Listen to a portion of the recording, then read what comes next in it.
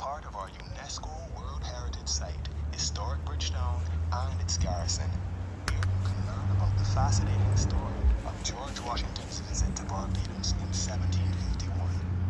Nearly 4 decades later, in 1789, the house would become an officer's residence within the largest British garrison in the region, now recognized as the most complete and authentic 18th and 19th century British military base anywhere in the world.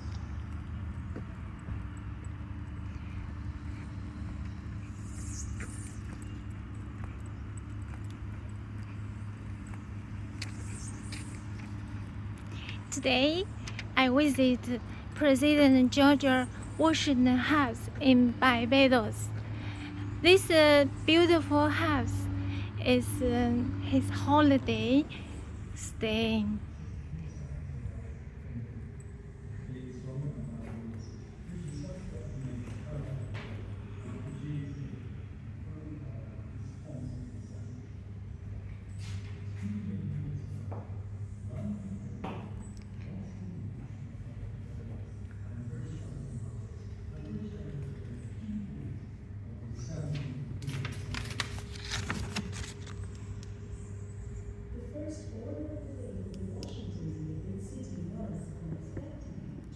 Welcome to George Washington House and the Garrison Tunnels, part of our UNESCO World Heritage Site, historic Bridgetown and its garrison.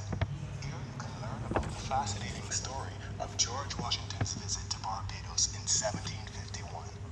Nearly 4 decades later, in 1789, the house would become an officer's residence within the largest British garrison in the region, now recognized as the most complete and authentic 18th and 19th century British military base anywhere in the world.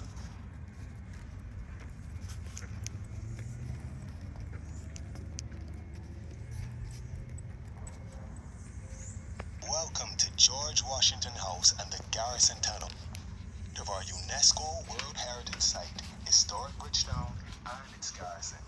Here you can learn about the fascinating story of George Washington's visit to Barbados in 1751. Nearly 4 decades later, in 1789, the house would become an officer's residence within the largest British garrison in the region, now recognized as the most complete and authentic 18th and 19th century British military base anywhere in the world.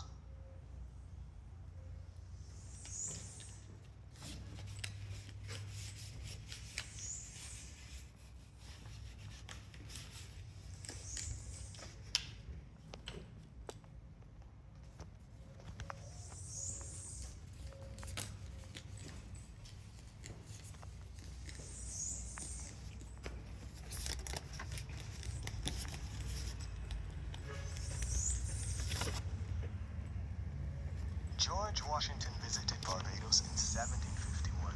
As a professional land surveyor of just 19 years of age, he had no military career or political ambition, but a determination to become a major landholder.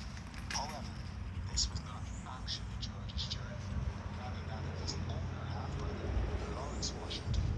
For the last few years, Lawrence had been suffering from tuberculosis, what they called consumption in those days. Becoming increasingly ill, he was starting to run out of treatment options.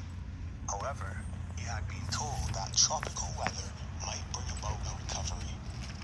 Determined to find a solution, he planned to journey to the West Indies. Barbados would have been an obvious choice. Compared to their home territory of Virginia, Barbados was quite cosmopolitan, acting as a huge transshipment point for the entire region. The island also had what we considered great medical services, though it should be noted that these services would not be considered quite so great today. Despite these obvious beneficial circumstances, there was another possibly more powerful reason for securing Barbados as the destination. Relatives of Lawrence's wife lived here, so now Lawrence could stay with family.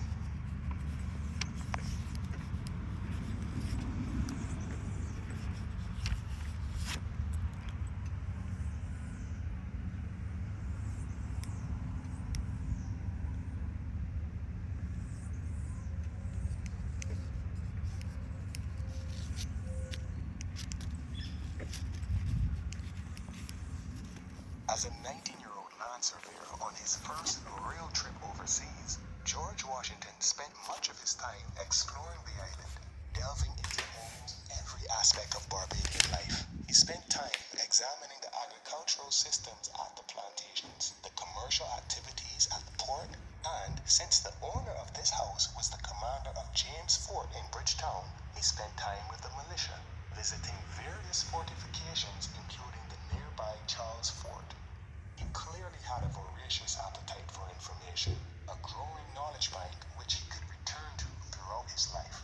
George Washington was also quite socially active, dining with the militia and the plantocracy, and even going out to the theater. After 2 weeks of this intense activity, he fell ill with smallpox, precisely what they were trying to avoid by renting this property in the first place. Contracting full-blown smallpox carried a 20 to 50% chance of death and was a much feared illness in those days.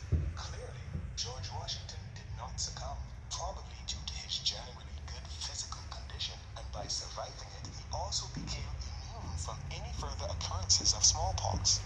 This would prove very useful to him more than 2 decades later when he was the commander-in-chief of the Continental Army during the American Revolutionary War. During that conflict, more American soldiers were killed by smallpox than by English guns. George realized during the early stages of the war that smallpox was becoming a significant problem and he feared it could result in the dissemination of the regiments. Like many others, he also knew the British had been inoculating its troops from smallpox for many years. While smallpox was normally contracted by breathing in the virus, the inoculation was a process of introducing the infection directly into the bloodstream.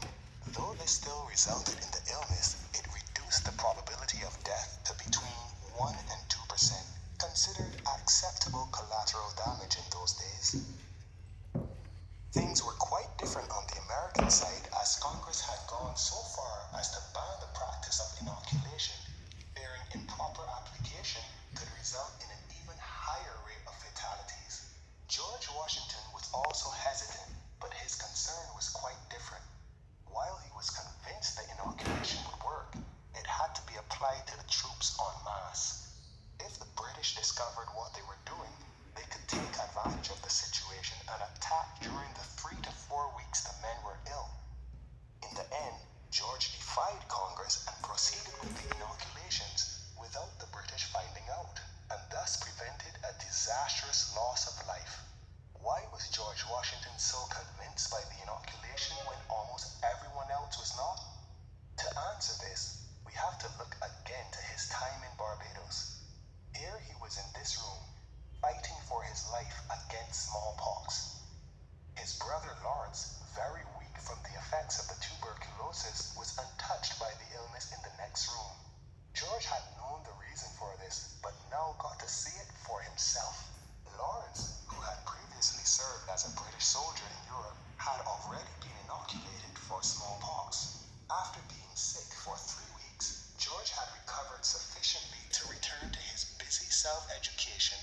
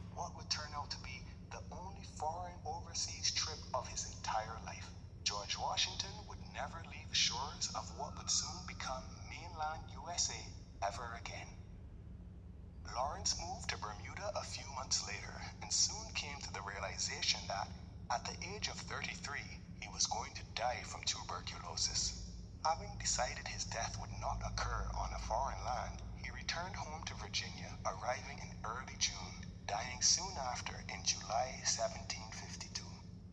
The Washington brothers were, in fact, very close. Their father had died when George was 11 years old, after which Lawrence, then 25, would begin to take on a father-like role for George, who often stayed with Lawrence and his wife and, on occasion, traveling with Lawrence to far-off areas of Virginia. Lawrence was also an important figure in his own right, being not only a member of the Virginia House of Assembly, but also the commander of the entire Virginia militia. Ultimately, Lawrence's high regard for his younger brother went as far as to suggest to those in authority that he should be considered for some of Lawrence's duties after he was gone. The authorities decided that Lawrence's militia command was too big to hand down to any one person and proceeded to divide it into 4 units. Within 6 months of Lawrence's death, one of these smaller commands was handed to George Washington. With both immunity to smallpox and a new military career, important components for George's future were now in place. But this story is not yet complete. The final piece of the puzzle, perhaps the most important aspect of George Washington's journey, is next.